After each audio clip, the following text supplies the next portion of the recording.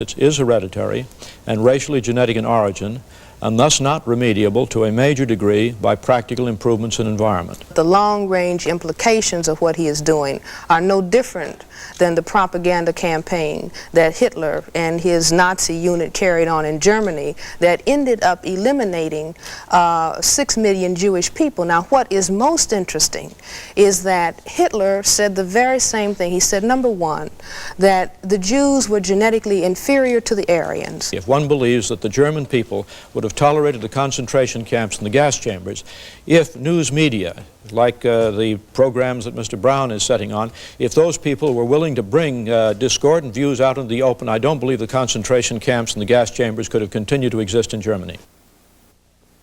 Back in the 70s, a man named Dr. William Shockley, a noted scientist, embarked upon the mission of proving to the world that black people are genetically inferior, without, I might add, the benefit of any formal background in genetics. He became front-page news and won headlines with his controversial views. On campus after campus, unrest followed his every visit. My position then and now is that if a supremacist cannot be rationally debated, perhaps he has a point. After the debate you're now going to see, Dr. Shockley went back into oblivion. I don't claim that the 1973 interview did it alone, but I am of the opinion that it helped. I'm Tony Brown. In a moment, Racial Superiority with Dr. William Shockley. Tony Brown's Journal is brought to you by Pepsi and its bottlers. This program is part of Pepsi-Cola's continuing support of your community's cultural, educational, and business interests. We have two very prominent educators, scholars on Black Journal tonight, and we feel that it is important to defend the First Amendment rights of all Americans. Dr. William Shockley, one of our guests, has had quite a difficult time speaking at some universities, and particularly some black college students do not agree with his theories. On Black Journal, we feel that Dr. Shockley's rights in the First Amendment area are parallel to black people's rights. That is, that Dr. Shockley must have a platform for his views if black people are to have a platform for their views. Dr. Frances Welsing, on the other side, has difficulty in expressing her views on legitimate mass media outlets because many whites do not agree with her theory of genetics. Now let's find out what the controversy is about. Dr. Shockley, please give us the benefit basically of what your theory is.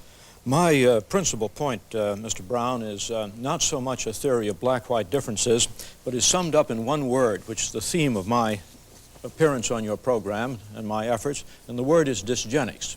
And dysgenics means effectively downbreeding, retrogressive evolution. And I fear that this is worst for the black community, and I particularly welcome an opportunity to appear on Black Journal just for these reasons. And let me say also that when I first met Dr. Welsing, it was not black students who were disrupting, but white students. And Dr. Welsing made a very sincere and I thought extremely effective effort, a well-planned effort. It was not effective with these white students at Staten Island Community College, so I would have a chance to speak. In fact, I think they prevented her from saying what she wanted to say when she was trying to gain me a platform. So my main theme is that we have problems that we should face and we should look at connected with dysgenics. And I welcome any opportunity I have to bring this out so that people can look at it and worry about it. Dr. Shockley, you are accused of having a theory that is a white racist theory. How do you respond to that? Well, I respond to that by saying that I've considered whether or not I am a racist. Racist is an epithet that used to damage my self-esteem, but it doesn't anymore. I feel it's untrue. If you look in the dictionary as to what racist means, it means emotional feelings, irrational feelings associated with fear and hate. If I really had those, I don't think I would be here this evening. I feel that what I'm engaged in is a demand for diagnosis, and I'd like to say some more about this chart, which we'll come to probably later, which shows the disproportionate rates of reproduction for the least effective elements of the black community. I'd like to say more about that than we should in just this brief introduction. But I think there is another word that better describes what I'm involved in, and that word is raceology, which means a scientific analysis of racial differences. And basically, I have a faith that reason is a good thing, and I feel as you do about the First Amendment, but maybe with a slightly different emphasis. I think the really important thing about the First Amendment is it is a way of guaranteeing a high likelihood that truth will emerge as a result of conflicting ideas being expressed, and I have a thesis and a basic belief that truth is a good thing and will be of benefit to man. Thank you. Dr. Frances Welsing, give us the benefit of your theory, please. Well, my theory was, I wrote the paper in 1969. I wrote a paper called The Cress Theory of Color Confrontation and Racism. And the sole reason behind writing that paper was an attempt to understand the behavior of white people in relationship to all people of color, every place in the world, black, brown, red, and yellow people. And the paper was presented to the Americans at the National Medical Association, the section on psychiatry in neurology, because back in 1969, the Black Caucus in the American Psychiatric Association, we had said that racism, and when we talk about racism, we're talking about the white supremacy behavior of white people, that racism was the #1 mental health problem in the nation, and it was the #1 cause of other mental health problems. And I wanted to understand what this thing of racism really is all about, because it's the thing that has caused woe and misery and suffering for the vast majority of the people on this planet that are classified as non-white. And in my attempt to understand why the necessity of white people to keep saying that white is superior and that the condition of non-white is inferior, and the more I thought about it, in conjunction with an idea that a friend of mine had, that racism was a worldwide behavioral system for the maintenance of white supremacy by a small minority of people, I put those ideas together with what we know about genetics, what we know about the condition of skin whiteness itself. The condition of skin whiteness is the genetic inability to produce skin pigment called melanin. This is a genetic recessive trait. It is a genetic deficiency state, not as defined by Frances Welsing, but defined by geneticists and dermatologists, that the inability to produce the skin pigment of melanin or melanin pigment is described as albinism.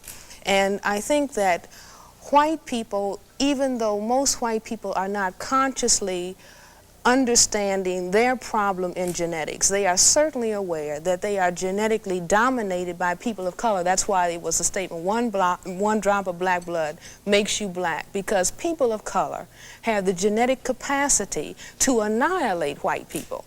And so unless white people control the reproductivity of people of color, then we can postulate that perhaps one day there won't be any white people. And I think that the very survival of white people necessitates that they project genetic inferiority on people of color, because it is they who really are aware that they are genetic recessive and perhaps genetically inferior to people of color. And I am not saying this to call the condition of skin whiteness to say, well, no, white people are inferior. I'm not saying it for that purpose, but I think that it is of prime importance for the majority of people in the world to understand why it is that white people have to, the effective majority, large numbers of white people, have to move in a hostile and an aggressive way against people of color, and have to constantly focus on it's you who's genetically inferior, because they realize that there's something wrong with their genetic status. Now, may I take a call? Oh, sure, all right. please. Let me,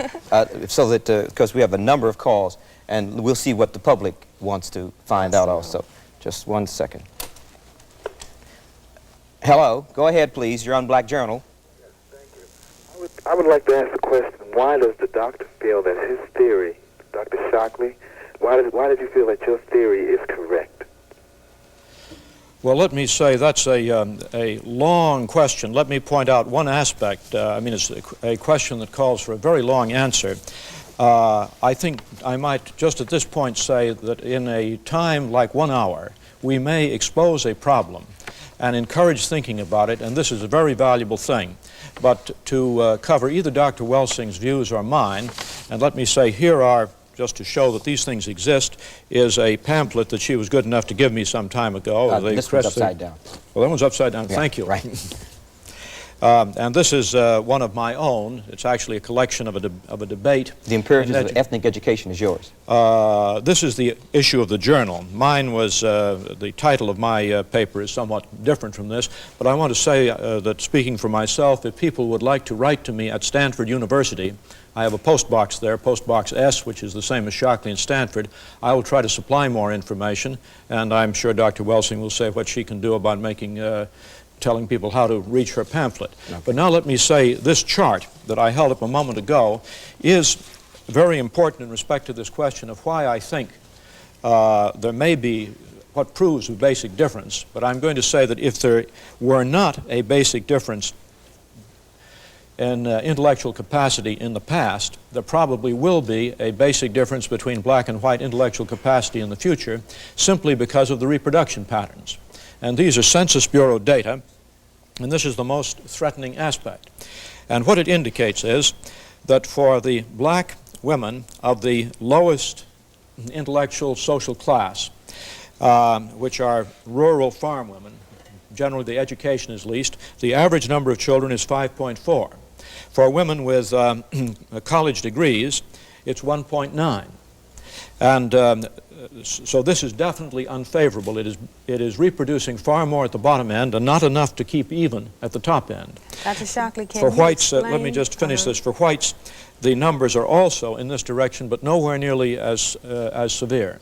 Dr. Shockley, I think that in all fairness, you should explain to the audience why it is that you have, first of all, you have a very large segment of the black population who are on farms, who are deprived in cities. Why don't you explain at the time that you're showing this, who is keeping black people in a situation like they're in? I mean, it could be, you could turn it around the other way, where you could have very large numbers of black people who are exposed to educational opportunities like white people, who are exposed to housing, who are exposed to health facilities. Why don't you explain that at the same time that you put figures like that? I'm sure you would explain it, no, but to I Dr. think Welsing. It's important but in one must say first things first. And you've raised the basic question there, and that is whether the disadvantages are primarily a lack of opportunity or whether they are primarily a basic genetic difference.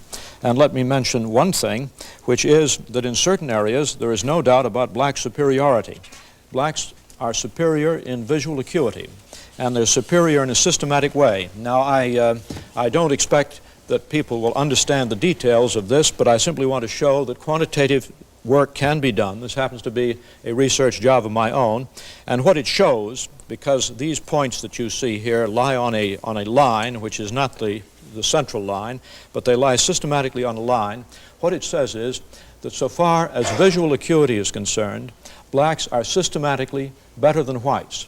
It's as if their bell-shaped curve, their distribution curve, were pushed upwards compared to whites for visual acuity, or at least for the avoidance of bad eyesight, such that if the same shift occurred for IQ, it would mean that the average IQ distribution would be up by 9 points rather than down by about 15 points, which is the typical average. Dr. Shockley, visual acuity is probably something that the system of white supremacy has not necessarily seen the need to affect the environment that black people are in so that it will alter the fact that they have visual acuity that is superior to whites.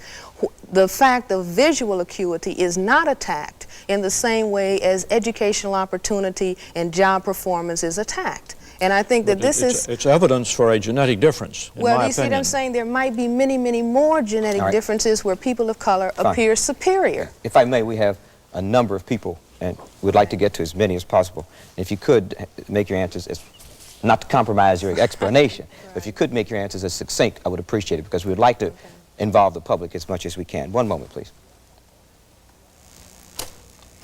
You're on Black Journal. Go ahead, please. Yes, I was wondering if Dr. Shockley could explain the basic difference between the course he is taking in explaining white supremacy and the course that Hitler took during the Nazism reign. Thank you. Well, there are enormous differences. In fact, the lesson to be learned from Nazi history is frequently very misunderstood. And it is a lesson which Mr. Brown has told us about earlier. It's the First Amendment. It's not that eugenics is intolerable. Actually, the eugenic programs, which are the opposite of dysgenics, eugenic programs are not inconceivable, they're not inhumane. Denmark has been carrying out programs with strong eugenic implications for maybe 30 years. And it's important to note that since World War II, Denmark's per capita homicide rate dropped and is now approximately 1/20th. That is, the number of deaths of probability of being killed in a year by a violent homicide is roughly, the order of 100 times less for young Danes than it is for young American blacks. Can I? Now, but the lesson, let me say what the lesson of Nazi history we have in this country, and it will protect us. It's just the thing that makes this program possible.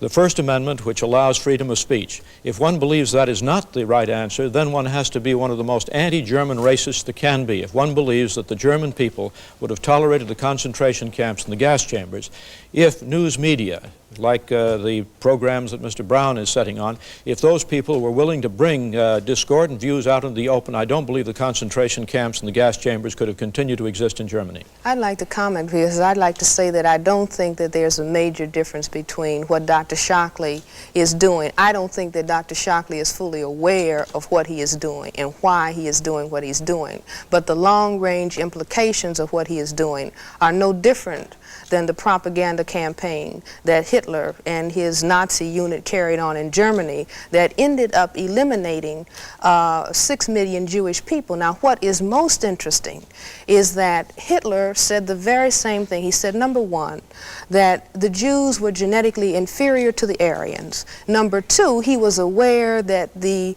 Semites had genetically dominant genetic material to the Aryans. And if we begin to understand the way that people who were in Europe at the time that the Semites arrived from Africa, when the Semites arrived in Europe from Africa, they were people who had substantial amounts of color and who had very kinky hair because they were from the continent of Africa.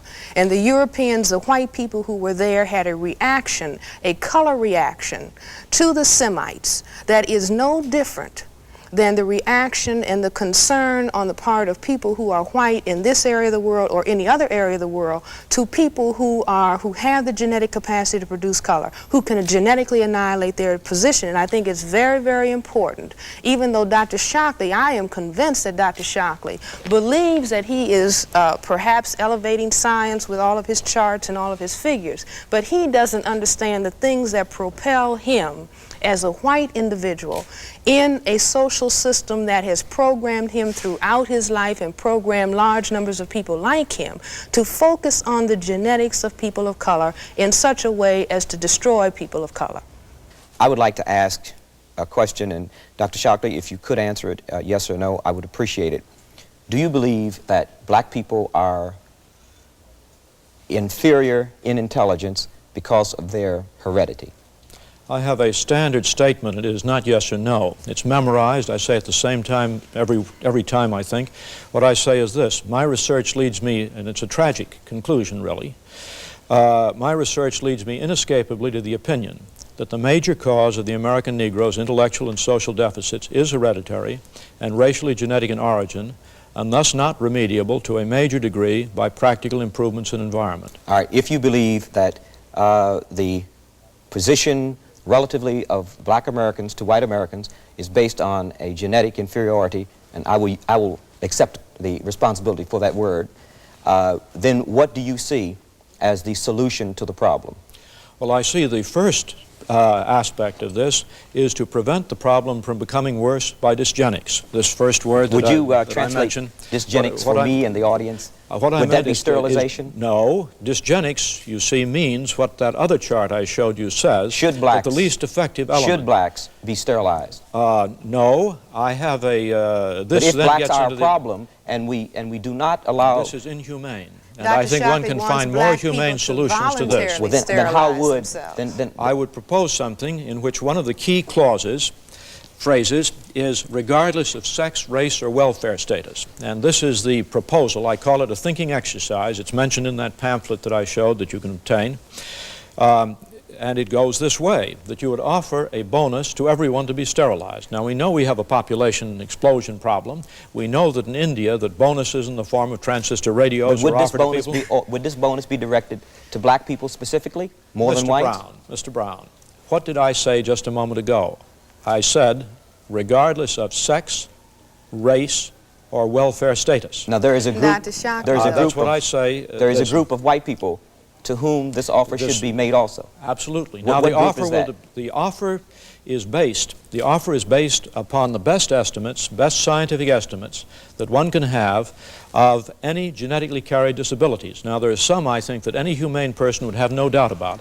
And Dr. Welsing talked about dominant and recessive genes. I want to point out that sometimes a dominant gene can be a very bad thing, and it is a very bad thing But not for a color. neurological disease called Huntington's chorea, which is something Which like is more multiple prominent sclerosis. in white people than black people. That is correct. And I think that one should offer a large bonus for anyone who might be Dr. potentially Shockley. carrying Huntington's chorea. Dr. Shockley, Beyond are this, you it goes aware- on with some other factors in this, but Dr. Welsing wishes to speak. Are you aware that white people have more genetic diseases that affect their nervous system than people of color, than black people? I wouldn't be at all surprised. And I think Now, blacks have would apparently you have higher suggest heart that all of problems. these, would you suggest that all of these white people who are carrying these defective genes, you know, whose families may carry these defective genes, that they be examined and it would be suggested to them that they be sterilized? Would you suggest this? Yes, I think I would, probably, in general.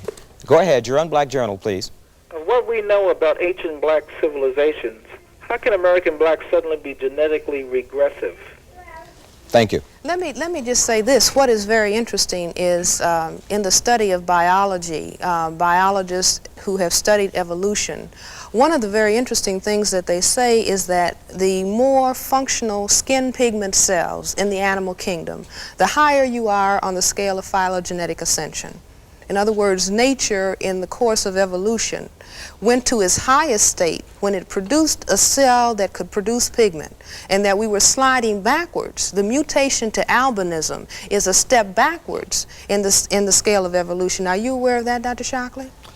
No, I'm not aware of that particular one. I am aware of another basic genetic difference, and that is that the rate of maturation of a neurological system gets longer and longer the more advanced the animal is. And that is one of the items on the racial difference, that the neurological development of blacks is faster than whites. Black babies walk on the average a month earlier than white babies. And the period and of black gestation... people are much more creative also than white. Dr. Wells, Shockley, correct me if I'm incorrect. Didn't the Giselle schedule, which tested the intelligence of children, make a correlative between intelligence and walking early? Yes. And I would think it probably would have been negative. No, it was not. positive. It was positive. Well, The motor skills on the Giselle schedule indicated that earlier precocious walking children, there was a correlation between that and high intelligence. This may be true. It might be true within a group. I'm not sure of that. Well, maybe I know that there is a correlation in terms of things earlier than walking. At the 6-month stage, Nancy Bailey at Berkeley has established that white children who come from the most advanced families and who later, when they become older, are out at the top. At the first 6 months, they are relatively retarded compared to children who are from families of less accomplishment and who don't go as far. But so there are a number of these things certainly to be brought in. Fine. But Giselle schedule is a very authentic, accepted, institutional, psychological experiment. And so is the Nancy Bailey early test. I'd like to take another Okay, call go at this point. You're on Black Journal. Go ahead, please. Hello. This question is addressed to Dr. Welsing. First, I would like to say that Mr. Brown and Dr. Welsing disprove immediately Dr. Shockley's concept, because here we have two highly intelligent, gifted people. And but getting this out of the way, Dr. Welsing, wouldn't you agree that there is a strong genetic component to the inheritance of intelligence? Geneticists believe that 80% component is hereditary. Let me finish, Dr. Welsing. And then also, I think the association of skin color with intelligence is an erroneous concept. And I want your views on this. Isn't it true that the historic fate of black people, the tragic deprivation, the conditions under which they were raised, any people raised under these conditions would have an hereditary, evolutionary background, which could lead to poor capacity to generalize, to conceptualize, to be creative in the form field of ideas, and develop other excellent attributes. Now, this is not a racist idea. This could happen to any group who who has a tragic history of the black people? Thank you. No, I do not feel that there's any evidence to suggest that 80% of the ability to come to terms with your environment, that has to do with heredity. I think that much of it has to do with the environmental opportunity that the genetic material is exposed to. I think that if we look at the black people, if we just take the black group, and we look at those people who have been able to achieve, and we look at their backgrounds, we will find that they have had substantial social and economic opportunities that maybe some of the segment of the black population has not had. We will find the same thing in the white group. Those white people who have been socioeconomically deprived and at the bottom of the economic scale for whites, that these people are not performing in the same way that people who have extended socioeconomic opportunity. One of the very interesting things is that white women are now talking about women's liberation, and they are looking at their performance relative to white men, and they are saying, and all of the spokesmen for white women, and men and women are also saying, that the reason that the white woman has less confidence in her performance and is not performing as well, relatively speaking, as the white male has been the attitudes within the white family as to the role of the woman versus the role of the man. Now, what is interesting is that when white people are looking at the difference in the performance of the white woman and the white man on IQ tests, they can account for that on the basis of environmental influences. However, when they shift over into looking at whites relative to people of color, somehow they want to drop that understanding and that awareness. It's been interesting, to say the least. I'm happy you had your say, Dr. Shockley, and Dr. Welsing. I'm happy you had yours, and thank you for being on Black Journal.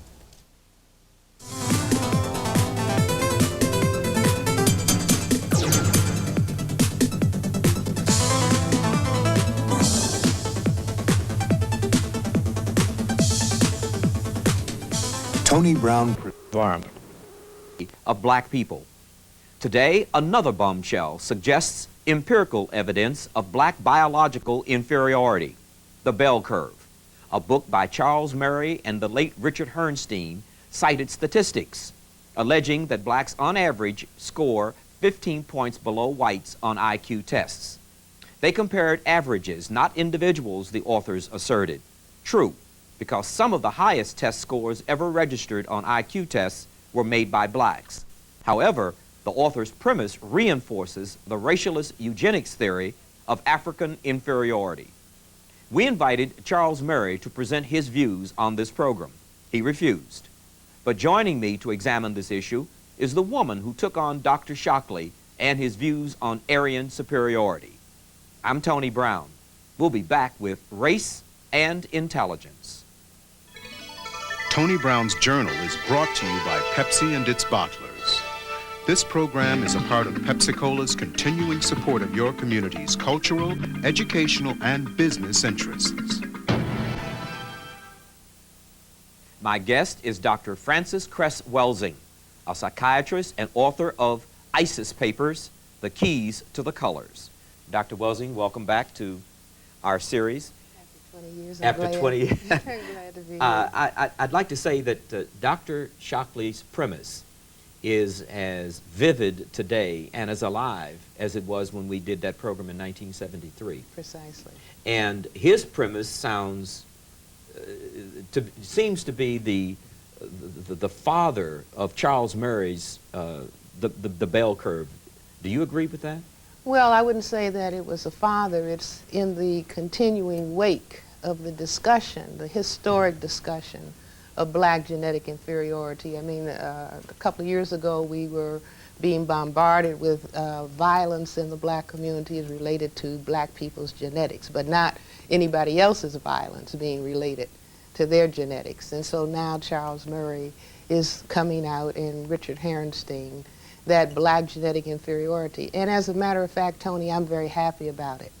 The reason being is that 24 years ago, in my paper, The Cress Theory of Color Confrontation and Racism, White Supremacy, I said that the population that classifies itself as white has to continue to focus on color, genetics, sex, and numbers. And so 24 years after having made that statement, here we go again.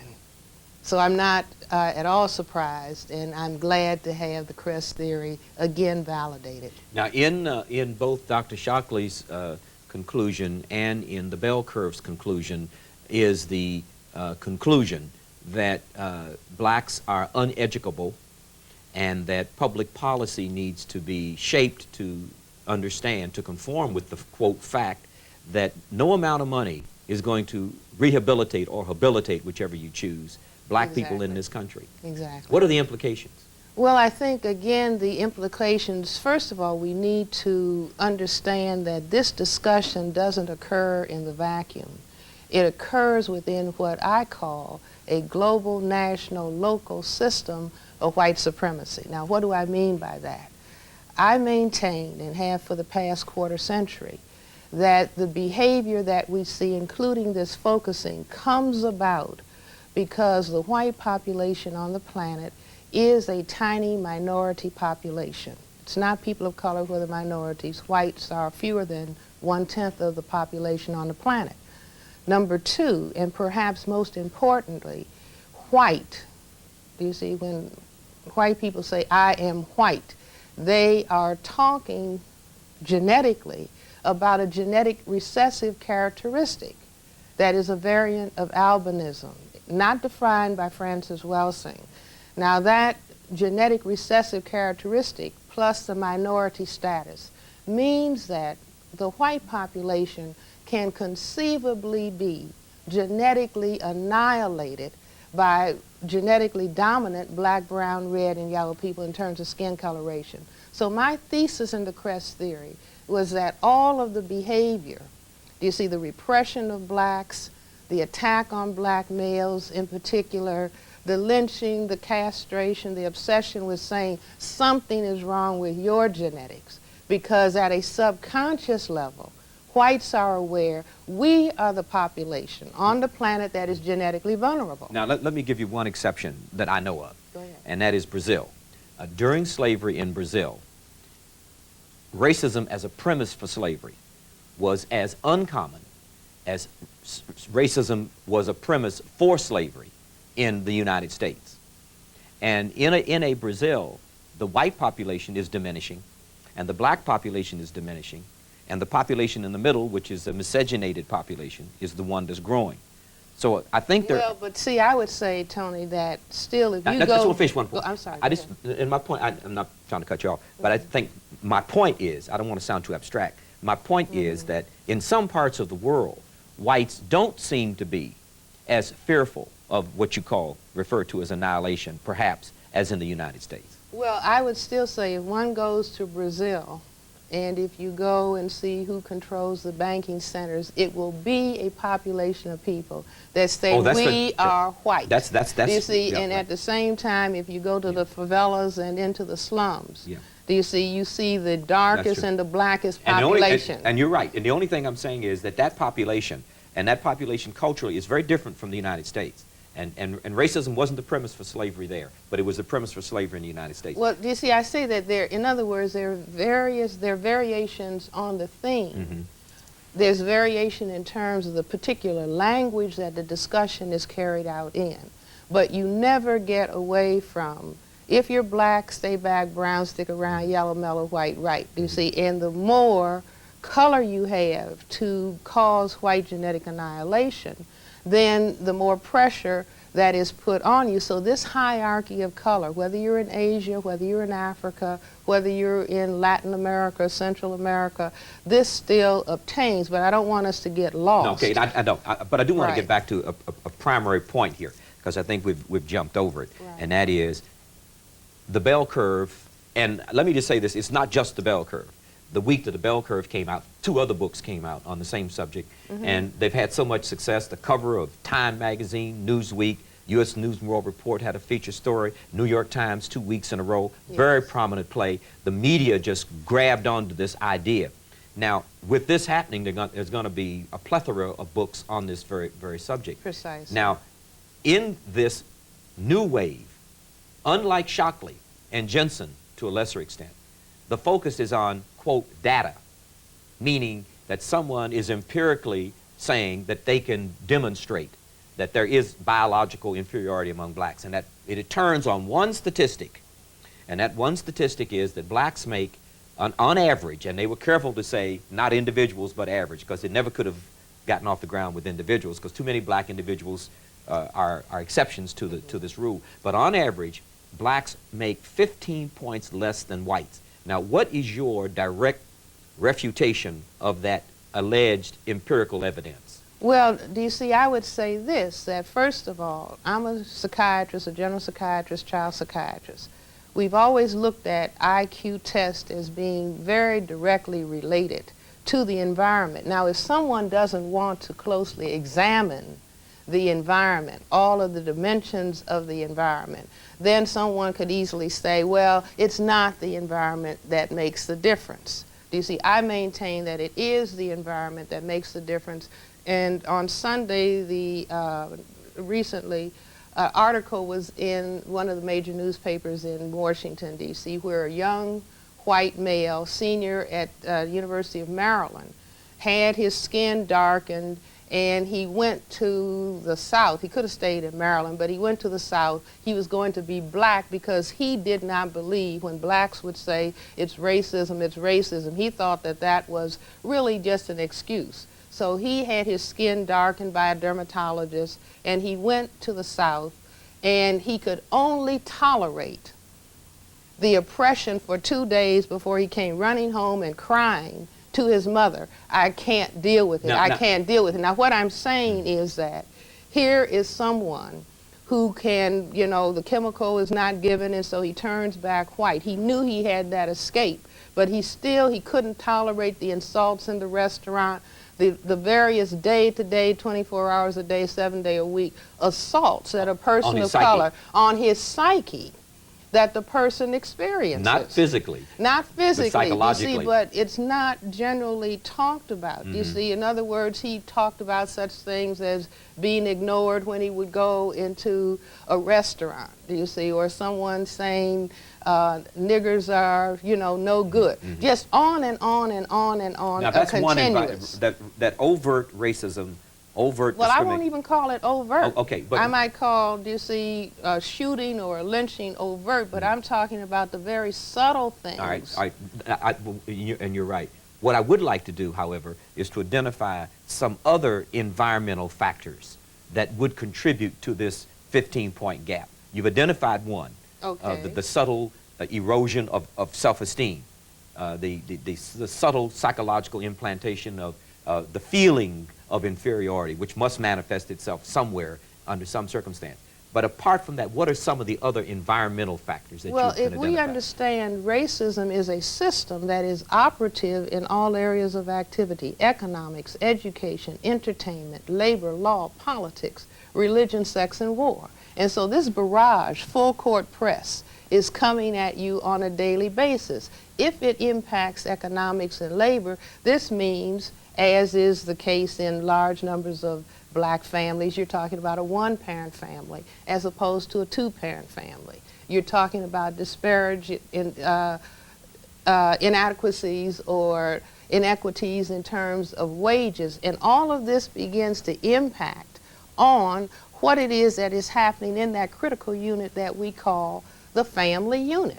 And if that unit cannot function in a supportive manner, for example, black infants, when they are born, in the first 9 months of life are accelerated compared to white infants. Now, how are they accelerated? How do you mean they're that? accelerated in terms of such things as smiling, holding up their heads, recognition Motor of activity. faces, and motor activity. Do you see? And smiling is also intellectual activity.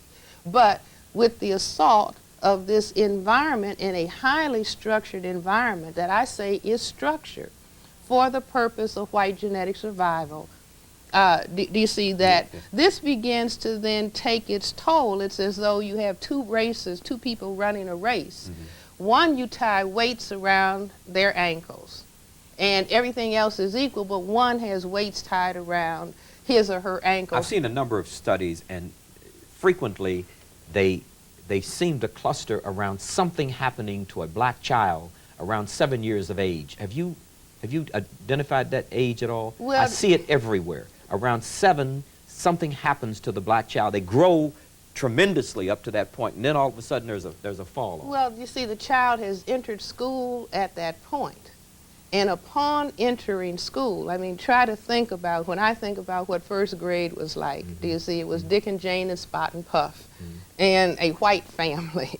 It wasn't anything about a black family. It was a white family, all the pictures were white, all the presidents were white, everybody that you focused on that was doing anything, Goldilocks, Snow White, everybody is white, including a white Christmas, a white bunny rabbit. Do you see, so that the child is taking all of this information in about the environment and how he or she is valued or looked upon in the environment. Just learning the English language. You learn that white is pure and black is evil, black is bad. If the stock market falls, it's a Black Tuesday or a Black Monday. Right, the bottom line, does a 15-point disparity on IQ exams make blacks genetically inferior? Well, I would say absolutely no. Do you see? We want to get down to genetics. White is a genetic mutation from black. It is albinism. The earliest people, the first people on the planet were black people. And black people produced albinos, and you mix the two together, you get the whole human family. So I say, no, it doesn't mean that, but I want to move. Let's assume, for the purpose of argument, that let's say black people are 50 points below white people. Do you see, according to their tests, the bottom line is, okay, Dr. Murray, Dr. Jensen, Dr. Shockley, Dr. Herenstein, what is it that you intend to do about this? Do you see? Are you saying, therefore, your motto is Adolf Hitler and company? So we have decided that you are inferior. The bottom line is, what are you going to do about it? Because there are many children, white, black, brown, red, or yellow, who are damaged genetically, congenitally. We say they're mentally retarded. Now, we have special schools. We do everything to help these children. We put them in small classes. We give them 3 or 4 teachers. We give them all kinds of things to try to exploit the genetic potential. But now somebody comes along and says a 15-point difference means we cannot expect anything from these people. Well, if we cannot expect anything and the global economy is declining, well, gosh, we're back with Adolf. Do you see? Well, we just cannot tolerate this debris in our population. If I may, and I want you to continue your point, I don't want to interrupt, I do want to say this. I read an editorial recently on the editorial page of the Wall Street Journal, not a newspaper to take lightly. And the writer was very favorable, anti the bell curve. This was not a racist writing an article. It was a very, very objective, fair editorial. And he mentioned the eugenics movement that the Chinese are involved in terms of, in China, of culling out the bottom and reproducing the top. And he concluded that if the liberals kept on making more out of the bell curve than it is, we may see, quote, a Beijing solution in the United States. Well, let's not go to a Beijing solution where we have a Nazi Germany solution. Do you understand? Where it wasn't just a population. I mean, there have been many populations, if a child is born defective, do you see, they do not allow that child to go on and exist. That's quite different. That's quite different than saying there are populations of people. Genocide. Do you see, that are superfluous and that are a contaminant, and we need to be pure and clean so that we can really arrive where we're supposed to arrive. We're back in Nazi Germany. So I say that, first of all, we have to recognize Nazi Germany was about white supremacy. It was about the white genetic population feeling that it was vulnerable to an assault by people whose real genetic origin began in North Africa. You see, their religion was not the critical issue. The issue was that they had their origins in a population that was classified as non-white. And so I say that we need to not debate numbers, because God forbid, but Dr. Murray or his grandchildren might come out with an IQ difference 15 points lower than his. My next question will operate on the premise that your statement there is objective. Therefore, I will go to the next point. If what you're saying is true, are blacks doing anything to accelerate a process toward a, quote, final solution?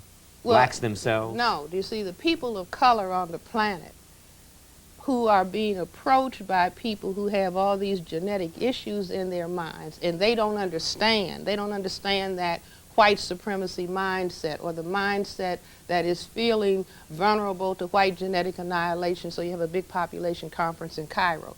To the extent that people of color on the planet do not understand this mindset, it's like being at the chessboard and not understanding the game with all of the people of color on the planet on the black side of the chessboard.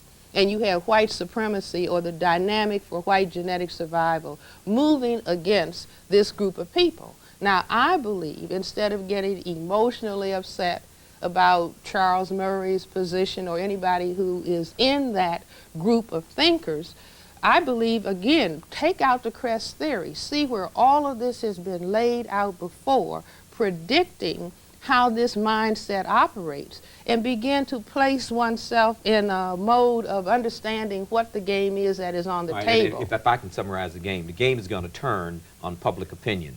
Hitler only did what he was able to do, and he was only able to do certain things because he had organized German public opinion. What, if anything, are blacks or some blacks doing in terms of accelerating a negative public opinion, or a public opinion that could come back to bite them? That's all my, right, well, that's my point. let's take an example. A person who considers him or herself to be an actor, television actor, black, who doesn't understand this white supremacy dynamic. So somebody comes along and offers them a job, you see, but they have to act as a clown and a buffoon, and they just think, well, I'm in the abstract being an actor or an actress. Unbeknownst to them, it's a whole context in which this role is being carried out, where people feel, who have set up this image, that they need to be reinforced. See, look at blacks. They're clowns. They're stupid. They're buffoons. Look at this. This is trash. Let's look at daytime television. Look at it for me, will you, with the eyes of a psychiatrist. All right, the daytime talk shows. Yes. All right, I would say that there are many black people that are being tapped. I don't know where they go to find these people. Do you see? But it's as if the parallel would be if a white person who's putting on a television show decides, let me go and get the least advantaged white person and put them up on the television continually, not the most beautiful, the most articulate, the most intelligent. No, let me go to the poorest area where there are white people and then put them up continually as a model for what white people are all about. You see, we go back to Nazi Germany and Joseph Goebbels, who understood if we keep putting out negative images of Semites of the Jewish religion, we can train the population to say, look, they're animals. They're not human. And so the sooner we get rid of them, the better. I think that many talk shows are using and trashing black people in this manner, in addition to some of the shows that come on in the evening. I can think of one of the shows that just trashes the image of black men. We complained in the 50s and the 60s and maybe the 40s about the Amos and Andy image. Those are angelic images compared to the images of black men, do you see, that are being put on the television, and this is supposed to be entertainment. I say no, this is... You know what I thought was remarkable, and I've read it everywhere, and that was the reaction of the vast majority of white people to the Clarence Thomas hearings. Not yea or nay Clarence or Anita Hill, but it was, I have never seen so many articulate, intelligent black people before. And well, that was because they had been indoctrinated with the idea, with the kind of images black you're talking genetic about. inferiority. Yeah. And I would say to the white population, I would say this, that of the people on the planet, some of the people who walk around and have to hold their heads down who are white are people whose origin is German or white South African, because they are known throughout the world to have brutalized people. You see, they're ashamed of themselves. And so I would say to white people, it's very important for them to look further than what somebody says is an objective IQ score and begin to hold the mirror up and do self-examination.